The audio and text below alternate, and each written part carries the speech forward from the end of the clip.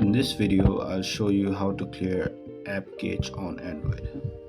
First, open the settings on your Android phone. Scroll down and tap Apps or App Management depending on your device.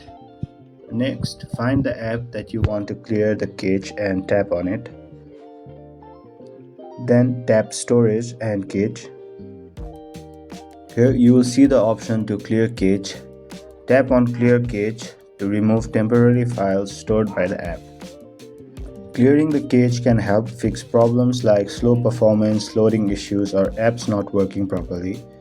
It does not delete your account or personal data. After clearing the cache, open the app again and check if it works better. That's how you clear app cache on Android. Don't forget to subscribe for more easy tutorials.